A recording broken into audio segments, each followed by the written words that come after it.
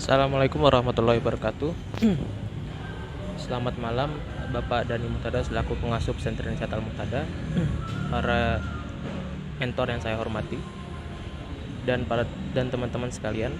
Pada kesempatan kali ini saya akan sedikit mendeskripsikan rancangan skripsi yang saya angkat untuk mendapatkan gelar sarjana hukum.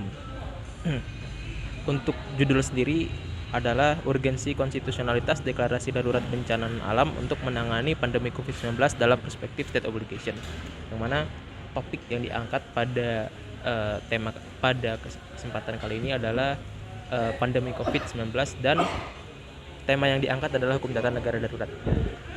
Jadi mengapa kemudian tema ini diangkat? Karena yang pertama, terdapat dua kondisi negara dalam menjalankan kekuasaannya, yakni dalam keadaan normal dan dalam keadaan tidak normal. Dalam keadaan normal, kekuasaan dijalankan secara normatif atau berjalan linear sesuai dengan peraturan perundang-undangan.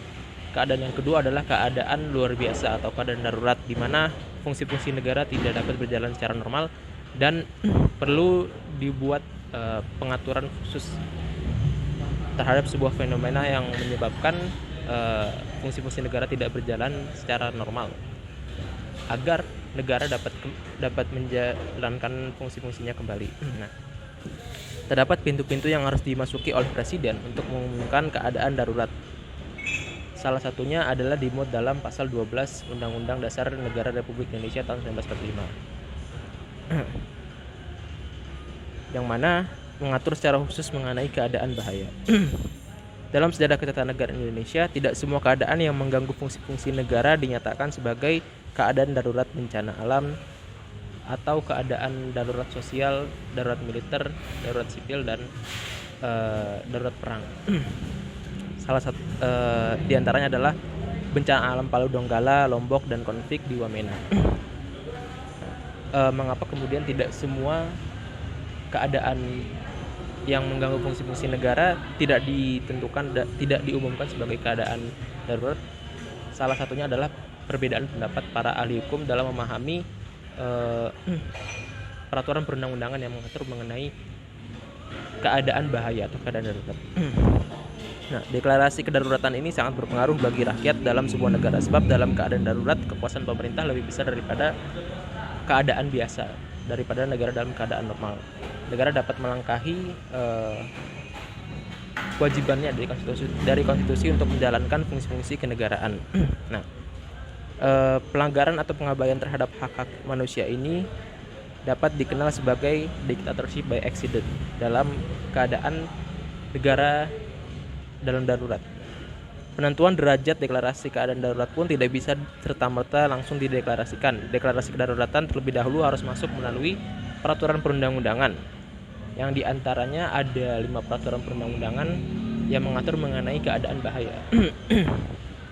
Pandemi COVID dideklarasikan sebagai kedaruratan kesehatan dengan keputusan Presiden Republik Indonesia nomor 11 tahun 2020 tentang penetapan kedaruratan kesehatan masyarakat coronavirus disease nomor tahun 2019. Namun 13 hari setelah pengumuman kedaruratan kesehatan, yang mana berdasar pada Undang-Undang Kekarantinaan Kesehatan, terjadi perubahan ketatanegaraan, yakni perubahan derajat kedaruratan yang semula dari keadaan darurat kesehatan menjadi darurat bencana alam, yang diumumkan tepat pada tanggal 13 April 2020. Pemerintah pusat mengubah jenis kedaruratan yang sebelumnya menjadi daruratan kesehatan menjadi kedaruratan bencana alam berskala nasional. Dalam Undang-Undang Nomor 24 tahun 2007 tentang penanggulangan bencana, segala jenis bencana baik itu bencana alam maupun bencana non alam diarahkan atau dikoordinasikan oleh BNPB atau Badan Nasional Penanggulangan Bencana, yang merupakan lembaga pemerintah non-departemen setingkat kementerian. Dalam artian BNPB di sini adalah sebagai leading sektor daripada kedaruratan bencana non alam yang diatur dalam Undang-Undang Nomor 24 tahun 2007. Namun pada kenyataannya tidak demikian. Dalam pelaksanaannya, setelah kedaruratan kesehatan dicabut dan diganti oleh kedaruratan bencana alam, leading sektor yang mengambil alih pada penanganan pandemi COVID ini tidak atau bukan oleh BNPB, namun dibentuk sebuah lembaga negara baru yang diketuai oleh salah satu menteri koordinator dalam kabinet Jokowi II.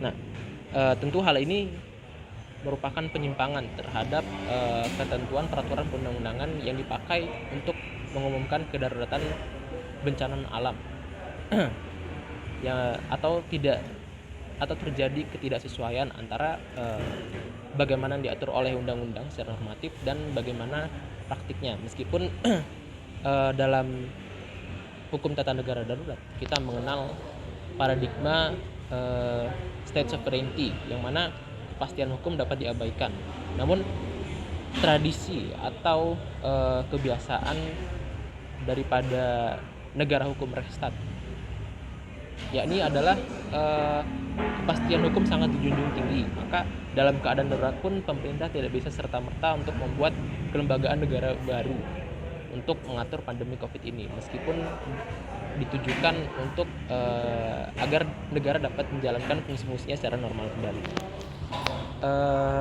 Maka di sini saya ingin mengukur urgensi atau kepentingan secara konstitusional deklarasi yang dilakukan oleh Presiden Jokowi, deklarasi darurat bencana non alam untuk menangani pandemi COVID-19 diukur dengan perspektif state obligation atau kewajiban negara. Kita mengetahui bahwa negara itu berkewajiban untuk memenuhi hak-haknya atau memiliki ikatan dengan rakyatnya. Nah, dalam dimensi state obligation ini negara diwajibkan untuk menghargai, melindungi dan memenuhi hak-hak daripada rakyatnya. Nah, kemudian apakah deklarasi bencana non alam yang dilakukan oleh Presiden yang sebelumnya adalah kedaruratan kesehatannya adalah kedaruratannya adalah tingkat kedaruratan kesehatan yang menggunakan peraturan perundang-undangan yang berbeda daripada kedaruratan bencana non alam, apakah sudah dikatakan memenuhi state obligation atau kewajiban negara. Selanjutnya untuk menganalisis masalah ini, teori-teori yang akan saya angkat yang pertama adalah teori dalam menangani kedaruratan yang dihadapi oleh sebuah negara. Yang pertama ada state sovereignty theory atau kedaulatan negara. Teori ini menyebutkan bahwa kepastian hukum dapat dilangkahi selama hal itu dapat menjalankan fungsi-fungsi kenegaraan sedia kala atau seperti sebelumnya. Karena kedaruratan ini merupakan sebuah kejadian yang tidak dapat diduga gitu, sehingga pembuatan peraturan perundang-undangan yang memadai atau mengakomodasi kepentingan negara untuk mengatur rakyatnya sulit untuk dibuat. Dan teori yang kedua adalah teori rule of law yang sangat cocok dengan tradisi negara hukum Rechtsstaat di mana kepastian hukum dijunjung tinggi dengan sebuah adagium yang kita kenal, fiat justitia ruat caelum. Hukum harus dijunjung tinggi meskipun langit akan runtuh. Nah, maka agar negara dapat memenuhi kewajibannya untuk memenuhi hak-hak konstitusional rakyatnya, perlu adanya penghargaan, pengaturan serta perlindungan serta pengaturan mengenai hak-hak warga negara agar usaha pemerintah dalam memenuhi hak-hak rakyatnya ini terukur. Itu menurut rule of law teori. Dan yang ketiga adalah teori power creep milik John Gaventa yang merupakan bingkai analisis untuk melihat sebuah keputusan yang diambil oleh negara. Jadi apakah keputusan ini diambil dalam ruang terbuka atau tertutup, apakah ada motif psikologi yang diambil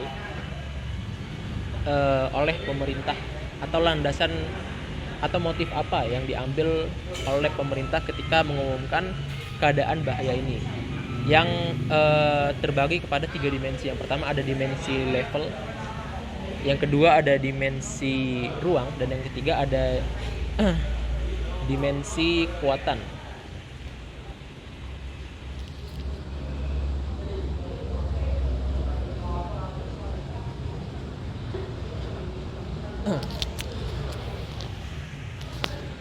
Penelitian yang akan saya lakukan ini berjenis penelitian hukum dogmatik atau penelitian hukum normatif, yang mana sumber utamanya adalah peraturan perundang-undangan dan literatur mengenai hukum, terutama hukum tata negara atau ilmu politik atau yang berkaitan, atau disiplin ilmu yang berkaitan.